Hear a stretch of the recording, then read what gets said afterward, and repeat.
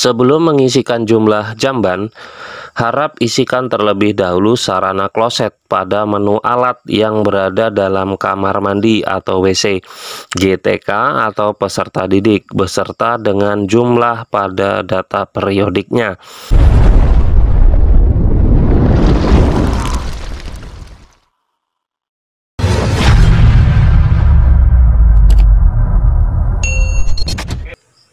Oke, assalamualaikum warahmatullahi wabarakatuh. Apa kabar teman-teman?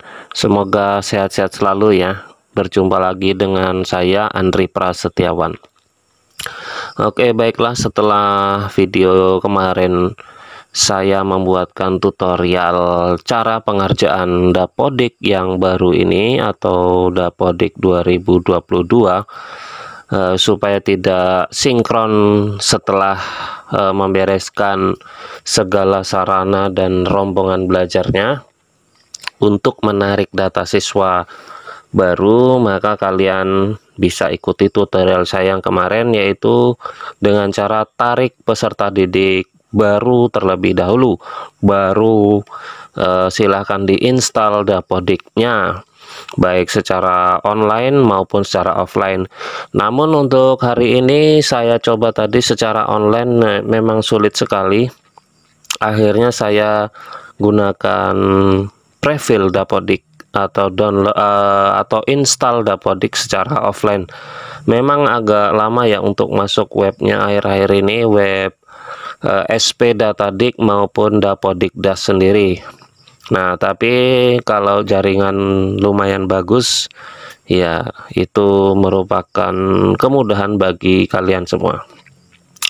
Nah, oke, langsung saja kita cek Dapodik terbaru ini ada apa saja.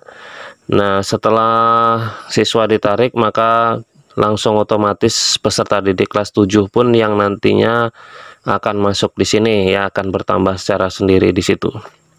Nah, kita lihat yang pertama di sini tadi memang belum terpilih ya kepala sekolah atau PLT, dan apakah bersedia menerima dana BOS dan bendahara ini juga masih merah ya, sama seperti mengisi survei PTM ini ya, masih merah seperti ini. Itu artinya di GTK ini sendiri untuk kepala sekolah dan bendahara BOS belum disalin penugasannya yang tahun kemarin ya.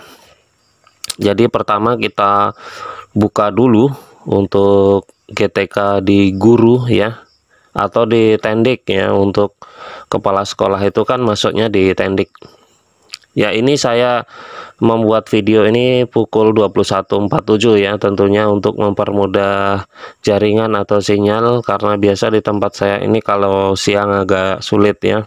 Nah, di sini untuk kepala sekolah masuk di Tendik, kemudian kita penugasan terlebih dahulu. Nah, untuk penugasan ini memang belum kita centang ya, nanti bisa dicentang Juli, Agustus, September, Oktober, November, Desember ya, kemudian kita simpan dan tutup. Nah, terus untuk supaya mengaktifkan kepala sekolahnya tadi yang merah tadi, kalian pilih klik salin penugasan. Nah, ini tinggal diklik ya, apakah Anda yakin untuk menyalin. Tadi saya sudah klik, jadi sekarang tidak perlu lagi ya. Nah, untuk supaya lebih percaya lagi, setelah diklik kita bisa klik ubah ini, kemudian nanti akan muncul datanya.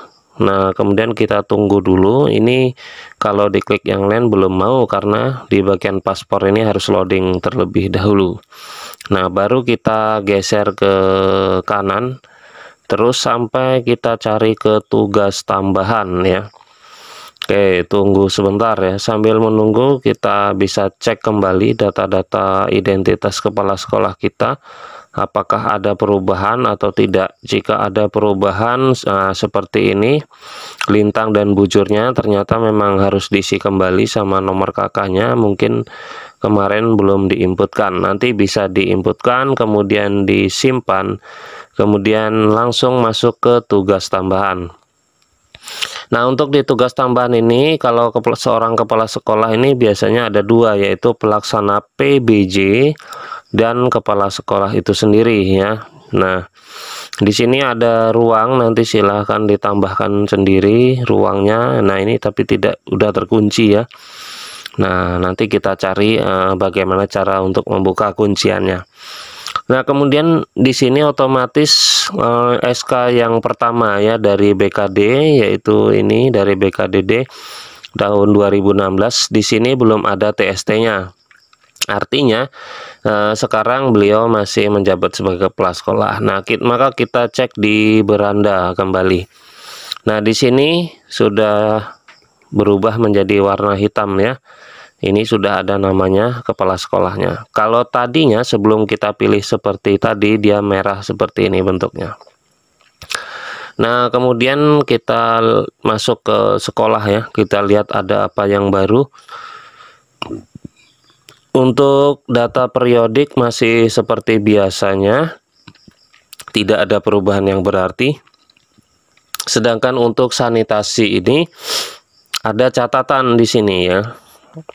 Sebelum mengisikan jumlah jamban, harap isikan terlebih dahulu sarana kloset pada menu alat yang berada dalam kamar mandi atau WC, GTK atau peserta didik, beserta dengan jumlah pada data periodiknya. Nah, artinya ini sebelum mengisi jumlah jamban ya, jumlah jamban itu di sini ya. Kita turunkan ke bawah. Ya, jumlah keseluruhan tempat cuci, jumlah tempat cuci ya. Nah, ini mana? Kita turunin, nanti ada jumlah jamban yang dapat digunakan berapa ini ya, seperti biasanya. Namun di sini diharuskan mengisi membuka sarana kloset ya. Diharapkan diisikan terlebih dahulu sarana kloset pada menu alat. Kita buka di mana menu alat, yaitu di sarana prasarana, di bagian sarpras ya. Kita cek di bagian alat, angkutan dan buku ya. Nah, maka setelah kita buka alat ini, teman-teman bisa pilih ruang yang ada di sini. Kemudian ini banyak sekali ruangan ya, sesuai dengan yang diinputkan oleh teman-teman. Kita cari yang WC tadi, kita turunin. Nah, di sini ada kan kamar mandi atau WC tadi ya. Kita klik dulu salah satu, kemudian kita lihat isinya ada apa. Nah, di sini ya. Nah, ini di ruang WC yang teman-teman punya ini ada apa ya? Apakah ada gantungan pakaian ya? Ada gayung, ada kloset jongkok, ada tempat air dan lain-lain ya. Nah, kalau di tempat saya hanya ada gayung, kloset jongkok dan tempat air, itu saja ya, karena sederhana ya. Nah, ini ada tulisannya belum diisi. Nah, bagaimana cara kita mengisinya? Caranya sangat mudah sekali. Yang pertama, kita klik di bagian yang akan kita perbaiki, yaitu di bagian gayung ini, di ruang toilet yang bagian gayung. Kemudian kita klik ubah, maka nanti akan muncul edit alat ya. Nah, di sini tinggal kita kasih nama, jenis sarananya gayung, ada di ruang toilet dengan nama ya gayung ya, gayung. Kemudian speknya masih baik, misalnya kepemilikannya apakah milik, sewa, pinjam, bukan milik, tentunya milik ya. Kemudian kita simpan. Nah, setelah kita simpan, maka di sini akan muncul ya nama jenis sarana gayung, nama gayung baik milik ya. Namun di sini untuk jumlahnya belum terisi ya, maka kita juga harus mengisi sesuai dengan perintah yang di sekolah tadi yang sanitasi ya. Maka kita klik gayung, kemudian di klik menu aksi, pilih periodik. Nah, jumlah total ada berapa gayungnya? Kalau toiletnya ini yang ruang toilet 1 ya, bisa diisikan misalnya 2 ya. Kemudian jumlah like atau baik isi 2, dua-duanya bagus ya. Kemudian kita klik simpan dan tutup. Oke, kita tunggu sebentar ya. Di sini jumlah total 2, jumlah like 2, jumlah rusak 2 ya. Ini juga kita isi, sebaiknya kita perbaiki juga ya, mumpung sekalian. Nah, kita kasih nama juga kloset juga ya. Kemudian kita speknya ya baik ya, kalau buruk itu berarti ya pecah ya, dan lain-lain ya.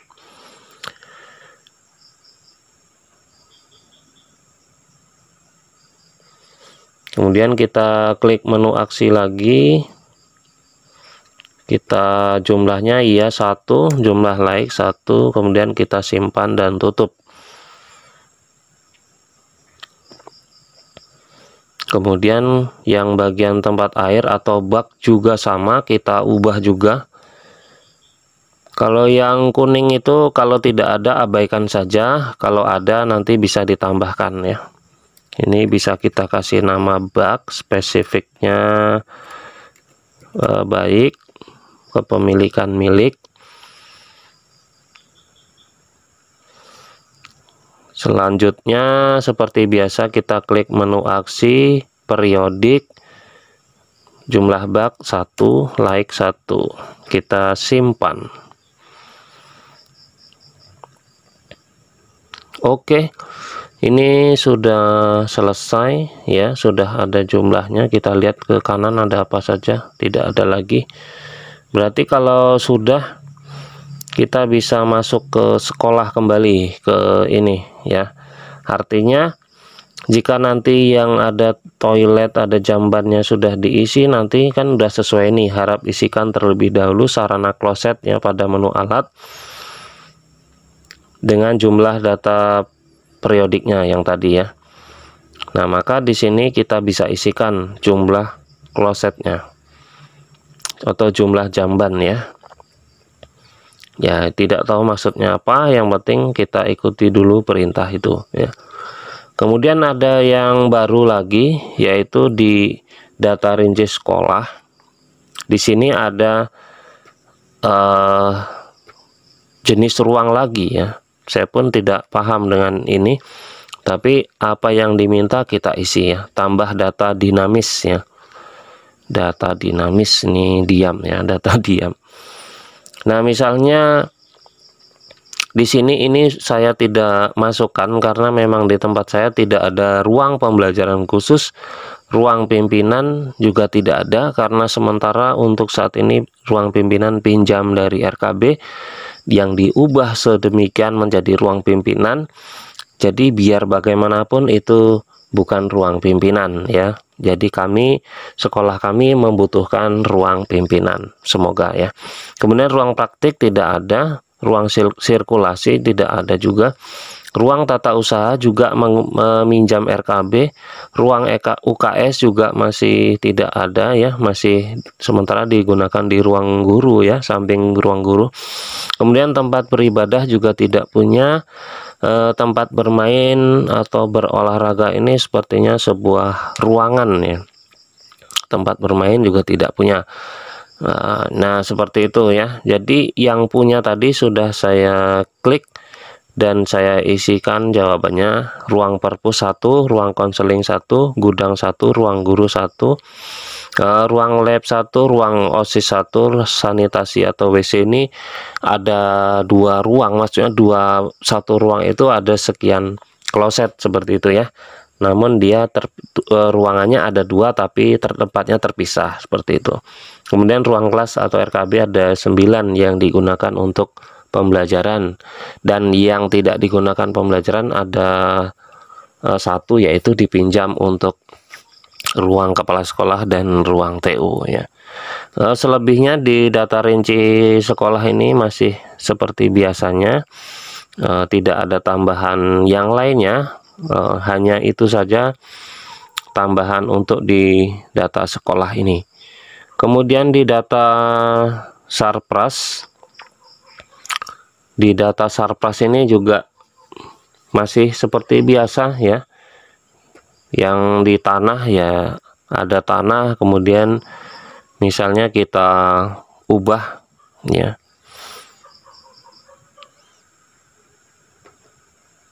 Masih sama ya, tinggal kita isi saja alamat dengan formulir tanahnya, luasnya berapa dan lain-lainnya ya. Atau kalau mau menggunakan data yang lalu juga langsung klik salin data periodik saja, jadi kita tidak capek untuk mengisi tanah tersebut. Untuk bangunan, karena saya satu ruang, jadi hanya ada satu bangunan, yaitu bangunan SMP Negeri 2 Ledo. Untuk kondisi bangunan sendiri itu juga perlu diperbaiki. Nah, ini rusak ringan. Ternyata tingkat kerusakan itu dikatakan rusak ringan, rusak berat, rusak sedang, rusak berat. Itu yang menentukan sekali ada pondasi ya. Jadi biar bagaimanapun, jika pondasinya di sini teman-teman isikan terdapat kerusakan, misalnya penurunan merata ya, maka dia langsung presentasi tingkat kerusakannya langsung besar sekali ya. Karena begini, kalau pondasinya sudah terjadi penurunan merata pada struktur bangunan, maka yang di sini struktur-struktur ini akan meningkat secara otomatis kerusakannya ya. Jadi usahakan di bagian pondasi ini tidak ada kerusakan ya, tidak ada kerusakan ya. Jadi kalau ada kerusakan sedikit pun ya berarti bangunan itu retak atau miring ya. Nah, tapi untuk lebih detailnya, nah nanti silakan diisikan di bagian-bagian sini ya. Di bangunan SMP ini ada apa saja ya, ada banyak ruang. Nah, ini diisi kondisinya, kondisi bangunannya seperti apa. Bisa diisi yang bagian kaca, pintu, kusen, itu yang paling utama ya. Kalau pondasi dia di seluruh bangunan ya, di bangunannya, bangunan satu tadi. Nah, saya rasa ini sudah jelas sih ya untuk data bangunan ini, Sarpras ini saya rasa jelas. Ini juga menentukan dalam pengisian ini, menentukan apakah sekolah teman-teman layak mendapat bantuan rehab atau bantuan tambahan gedung ya, di dak fisik ya. Jadi tahun kemarin sudah diajukan. Kalau tahun 2020 kemarin mengajukannya, dapatnya di tahun 2021 ya. Ya, kalau di tahun ini mengajukannya dapatnya di tahun 2022 ya. Untuk itu isilah apa namanya Sarpras ini atau ruang ya, itu dengan baik, dengan sesuai dengan kondisi real. Kalau memang tidak ada ruangannya ya silahkan dibuat kosong ya. Seperti saya tadi tidak memiliki ruang kepala sekolah ya, maka saya tidak buat ruang kepala sekolah itu ada, tapi menggunakan RKB atau ruang kelas ya. Jadi pinjam lah istilahnya, nanti keterangan di situ pinjam.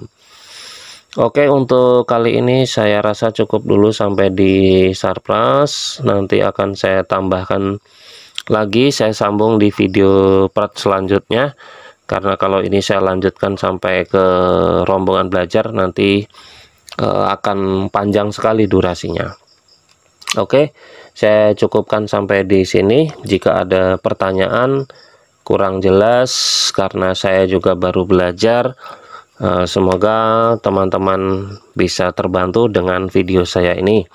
Dan video saya ini juga bukan berarti saya lebih hebat ya, tapi saya ingin berbagi pengalaman untuk teman-teman terutama yang baru ya, yang baru saja menjadi operator dapodik. Oke, saya akhiri. Assalamualaikum warahmatullahi wabarakatuh. Sampai ketemu di video selanjutnya.